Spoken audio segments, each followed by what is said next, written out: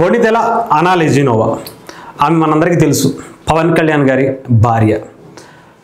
ఇతర మతస్థురాలు అనుకోవచ్చు, ఇతర దేశస్థురాలను కూడా అనుకోవచ్చు. ఎందుకంటే పవన్ కళ్యాణ్ గారిని పెళ్లి చేసుకున్న తర్వాత ఇక్కడ ఉన్నటువంటి సాంప్రదాయాలను, ఇక్కడ ఉన్నటువంటి కట్టుబాట్లను ఆమె చాలా హుందాగా తనకిచ్చినటువంటి ఒక గౌరవంగా భావిస్తూ దాన్ని పాటించడం అనేది నిజంగా ఈరోజు దేశం అంతా కూడా అనా లెజినోవా గారిని చాలా అభినందనలు తెలియజేస్తున్నారు. ముఖ్యంగా భారతదేశంలో ఉన్నటువంటి హిందువులు, క్రిస్టియన్స్ అందరూ కూడా ఇది అసలైనటువంటి సనాతన ధర్మం, ఇక్కడ అందరినీ హక్కున చేర్చుకునేటువంటి భారతదేశంగా ఇక్కడ మన సంస్కృతి సాంప్రదాయాలకు నిలువటెత్తు అర్థంలాగా ఆమెని మనం చూడొచ్చు. గతంలో మనం ఒకళ్ళని చూసాం, మతం తీసేసుకున్నాం కదా, వేరే మతం వాళ్ళని మనం గౌరవించాల్సిన అవసరం లేదు, ఇంట్లోనే ఆ గుళ్ళకి సంబంధించినటువంటి సెట్లు వేసేసుకోవచ్చు, తీర్థప్రసాదాలను కూడా ఇలా తీసుకుని టిష్యూ పేపర్లో రుద్దేసి పక్కన పడేయచ్చు. ఇలాగా అంటే వాళ్ళ మతం మీద వాళ్ళకి గౌరవం ఉండొచ్చు. ఈవెన్ అనా లెజినోవా గారు కూడా క్రిస్టియానిటీ మతానికి చెందినటువంటి వ్యక్తి.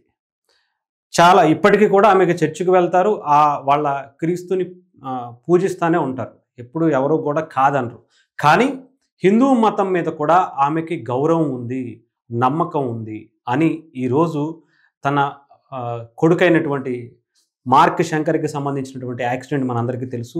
ఆ సందర్భంగా ఆమె తిరుపతి వెంకటేశ్వర స్వామిని మొక్కుకోవటం, వచ్చి తలనీలాలు సమర్పించడం అనేది నిజంగా ఈ రోజుల్లో ఉండేటువంటి ఎంతోమంది, చాలామంది మోడర్న్కి అలవాటు పడిపోయారు. ఈవెన్ లేడీస్ కావచ్చు, జెంట్స్ కావచ్చు. జుట్టు ఇవ్వటం అంటే ఏదో పెద్ద అబ్బే మనకు అది బాగోదు, మనం జుట్టు ఇవ్వటం ఏంటి అనుకునే దాని నుంచి నిజంగా ఒక ఎంతో ఎంతో ఉన్నతమైనటువంటి దేశంలో ఉండి ఇక్కడికి వచ్చి మన మతాన్ని గౌరవిస్తూ ఒక నమ్మకంగా ఒక తలనీలాలను సమర్పించడం అనేది ఒక మహిళగా, ఒక సెలబ్రిటీగా నిజంగా నాకు తెలిసి ఈ భారతదేశ చరిత్రలో ఎవ్వరు చేసి ఉండరు, ఏ సెలబ్రిటీ కానీ ఇంకొకరు కానీ.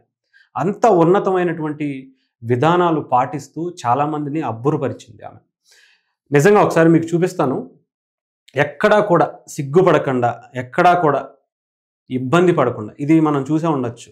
గతంలో టిష్యూ పేపర్లో చుట్టేసి పక్కన పడేసినటువంటి ఒక వ్యక్తి వైఎస్ భారతిరెడ్డి గారు ఎంత హుందాగా ఇక్కడికి ఆమె వచ్చి గుండు చేపించుకుని సాంప్రదాయబద్ధంగా ఎంత చక్కగా ఇక్కడ ఉన్నటువంటి నియమాలన్నీ కూడా పాటిస్తూ అక్కడికి మళ్ళీ వెళ్ళి సైన్ కూడా చేసి కంప్లీట్గా అక్కడ ఉన్నటువంటి ఏదైతే ఇతర మతస్థులు ఎవరైనా వస్తే వాళ్ళు దానికి సంబంధించి ఇక్కడ మేము నమ్ముతున్నాము వెంకటేశ్వర స్వామిని అని చెప్పి వాళ్ళు రాసి వెళతారు. దీని గురించి గత ముఖ్యమంత్రి గారు అసలు ఆయన సంతకం చేయమంటే నేను ఎందుకు చేయాలి అన్నటువంటి వ్యక్తి. అలాంటిది ఆమె ఎంత హుందాగా ఆమె ఉందో చూడండి. చక్కగా వచ్చారు, దర్శనం చేసుకున్నారు. దర్శనం చేసుకున్న తర్వాత కూడా కొబ్బరికాయలు అవన్నీ కొట్టి, అంటే ఇంట్లో కూడా పవన్ కళ్యాణ్ గారు ఎలా ఉంటారో ఆమె నిజంగా చేసి చూపించారు. పవన్ కళ్యాణ్ గారు కూడా ఆమెతో పాటు చర్చికి వెళ్తారు. ఆమె నమ్మకాన్ని ఆయన కూడా నమ్ముతారు. చాలాసార్లు చాలా సందర్భాల్లో కూడా చెప్పుకుంటూ వచ్చారు. కానీ ఇప్పుడున్న ఈ టైంలో ఆమె ఇలా నిజంగా ఇలా ఇంత నమ్మకంగా బయటకు వస్తారని ఎవరికి నిజంగా ఇప్పుడు చాలామందికి అయితే ఒక చెంపపెట్టులా సమాధానం ఇచ్చారనే అనుకోవాలి. చాలామంది ఆమెను ఇతర మతస్థురాలను, ఇంకొక దేశస్థురాలను, పవన్ కళ్యాణ్ గారు ఇంట్లో క్రిస్టియానిటీ పెట్టుకుని బయట హిందువుగా అదని చెప్పి ఇంకొకటని. ఇక్కడ మనది వసుదైక కుటుంబం, అందరినీ సనాతన ధర్మం హక్కున చేర్చుకుంటుంది, ఏ మతాన్ని ఏ కులాన్ని కించపరచకుండా ఉంటుంది అని ఉదాహరణకు పవన్ కళ్యాణ్ గారి కుటుంబాన్ని చూపిస్తే చాలు అనుకునే విధంగా ఈరోజు అనా లెజినోవా గారు తన మతాన్ని గౌరవిస్తూనే ఇతర మతాలని కూడా నమ్మకంగా గౌరవిస్తూ వచ్చి ఆమె మొక్కుని చెల్లించుకున్నారంటే తిరుపతికి వచ్చి. నిజంగా పవన్ కళ్యాణ్ గారిలో ఉన్నటువంటి ఉన్నత విలువలకు ప్రతిరూపంగా మనం ఈసారి ఈ సిచ్యువేషన్ చూడొచ్చు.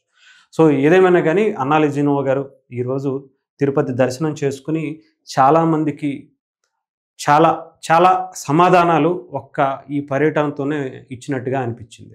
సో ఇప్పుడున్నటువంటి చాలామంది ట్రెడిషన్‌కి అలవాటు పడిపోతూ మన గతంలో ఉండేటువంటి విలువలను అన్నిటిని ఇతర దేశస్తులు చూసి మనం నేర్చుకునే స్థాయికి మనం వచ్చాము అంటే నిజంగా ఆలోచించండి.